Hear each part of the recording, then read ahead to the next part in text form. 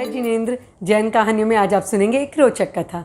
आषाढ़ भूति मुनि के जीवन का एक घटना प्रसंग। धर्मरुचि मुनि के अनेक शिष्यों में आषाढ़ मुनि लब्धिधारी थे। कठोर तप के बाद उन्होंने ये लब्धियां प्राप्त की थी। उसके बाद भी वे चमत्कार प्रदर्शन और रसना के स्वाद को जीत नहीं पाए थे। एक समय धर्मरुचि मुनि अपने शिष्य परिवार के साथ राजगृह नगरी पहुँचते हैं और मुनि आषाढ़ उनसे आज्ञा लेकर अकेले ही भिक्षार्थ जाते हैं और पहुंच जाते हैं एक नट के घर पे। नट के 2 पुत्रियां थीं, भुवन सुंदरी और जय सुंदरी। उन्होंने मुनि को भिक्षा में एक मोदक बहराया। मोदक बड़ा सुगंधित था। मुनि भिक्षा लेकर उनके घर से बाहर आते हैं और मुनि के मन में चिंतन आता है कि ये मोदक तो मेरे धर्माचार्यों के लिए है। वे अपनी लब्धि से रूप बदलते हैं, फिर से जाते हैं भिक्षा के लिए और एक और मोदक लेकर आते हैं। उनके घर से बाहर आते हैं मुनि, फिर चिंतन करते हैं ये मोदक तो मेरे उपाध्याय के लिए है। फिर से लब्धि से रूप बदलते हैं, जाते हैं और ये क्रम चल रहा था। इस तरह मुनि ने 6 मोदक भिक्षा में लिए और वहाँ से चले जाते हैं। अभी ये सारा दृश्य देख रहा था नट महर्दिक अपने घर के झरोखे से बैठकर। वो अपनी पुत्रियों को कहता है कि जब जब ये मुनि भिक्षा के लिए आए, इसे बड़ा स्वादिष्ट भोजन तुम लोग दान में देना, क्योंकि ये स्वाद का लोभी है और ये एक लब्धिधारी मुनि है। इन्हें आकर्षित करने का प्रयास करो। दोनों पुत्रियों ने अपने पिता की बात हृदयगम कर ली। जब भी आषाढ़ मुनि भिक्षा के लिए आते, उन्हें बड़ा स्वादिष्ट भोजन दान में दिया जाने लगा। मुनि का क्रम बन गया था उनके घर पे आने का। एक समय दोनों पुत्रियों ने देखा कि मुनि उनकी ओर थोड़े आकर्षित हो रहे हैं। उन्होंने कहा, हम आप पे आसक्त हो गए हैं, अब हमारे प्राण आपके हाथ में हैं। आप हमें स्वीकार कीजिए, हमारे घर में रहिए, संसार का सुख हमारे साथ भोगिए। ये सुनकर आषाढ़ मुनि भी थोड़े से झुके तो थे। उन्होंने कहा, मैं इस बात का जवाब अपने गुरु की आज्ञा लेकर ही दे सकता हूँ।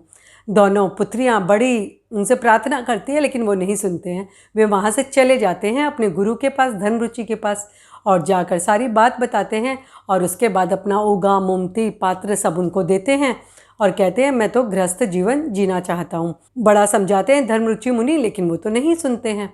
लेकिन जाते जाते धर्मरुचि मुनि ने उन्हें 2 संकल्प करवा दिए और कहा कि तुम संकल्प करो कि तुम जीवन में कभी मांस मदिरा का सेवन नहीं करोगे। दूसरा संकल्प, ऐसे लोगों के साथ कभी नहीं रहोगे जो मांस मदिरा का सेवन करें। आषाढ़ मुनि वहाँ से जाते हैं, नट परिवार के पास अपने संकल्प की बात कहते हैं और बड़ी दृढ़ता से अपनी बात रखते हैं, यदि भविष्य में या जीवन में कभी भी आपने मांस मदिरा का सेवन किया तो मैं सब कुछ छोड़कर अपने गुरु के पास चला जाऊंगा। नट परिवार ने उन्हें वचन दिया। भुवन सुंदरी और नट सुंदरी से आषाढ़ मुनि का विवाह हो जाता है और वे गृहस्थ बन जाते हैं। उनका कर्तव्य दिखाने का कार्यक्रम चल रहा था और उनकी ख्याति दूर दूर तक फैलने लग गई थी, क्योंकि आषाढ़ मुनि तो लब्धिधारी थे। लब्धि से वो अनेक रूप बनाकर लोगों का मनोरंजन किया करते थे, बहुत पैसे कमाने लगे थे। एक समय की बात है, एक नट जो कि 84 नटों को हरा कर विजेता बना हुआ था, उसने चुनौती दी आषाढ़ मुनि को और कहा कि अगर तुम सच्चे नट हो और बहुत सक्षम नट हो तो मेरी चुनौती को स्वीकार करो। आषाढ़ मुनि ने चुनौती को स्वीकार किया और उसे हराने के लिए दूसरे शहर उन्हें जाना पड़ा।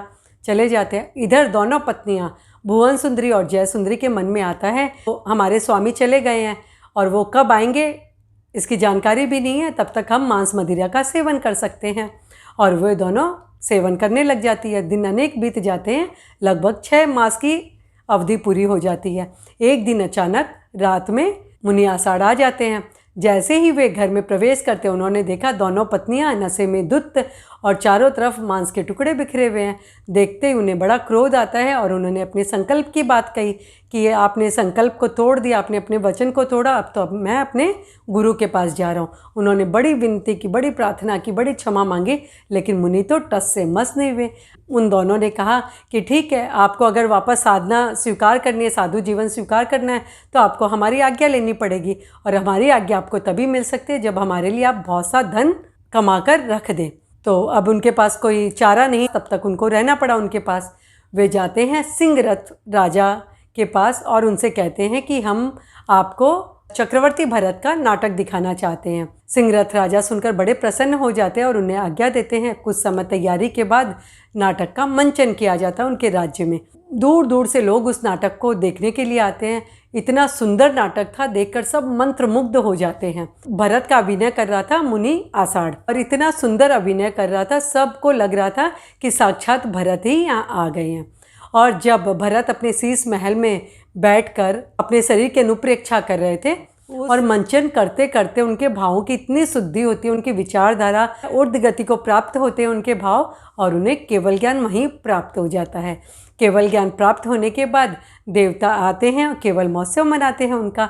उसके बाद उन्होंने प्रवचन दिया लोगों को, और प्रवचन से प्रतिबुद्ध होते हैं 500 व्यक्ति, और 500 व्यक्ति को लेकर आषाढ़ मुनि जाते हैं अपने गुरु धर्मरुचि के पास पंचपद वंदना करने के लिए। और ये देखकर धर्मरुचि मुनि बड़े ही प्रसन्न हो जाते हैं। कहानी हमें बताती है कि जीवन में सिर्फ एक संकल्प भी यदि हम लें और पूरी निष्ठा से उसे अगर पालें तो हम भटकने से बच सकते हैं। जय जिनेंद्र। जैन धर्म की रोचक जानकारियों के लिए देखते रहिए जैन कहानियाँ। जिन आज्ञा विरुद्ध कुछ भी कहो तो मिच्छामि दुक्कडम।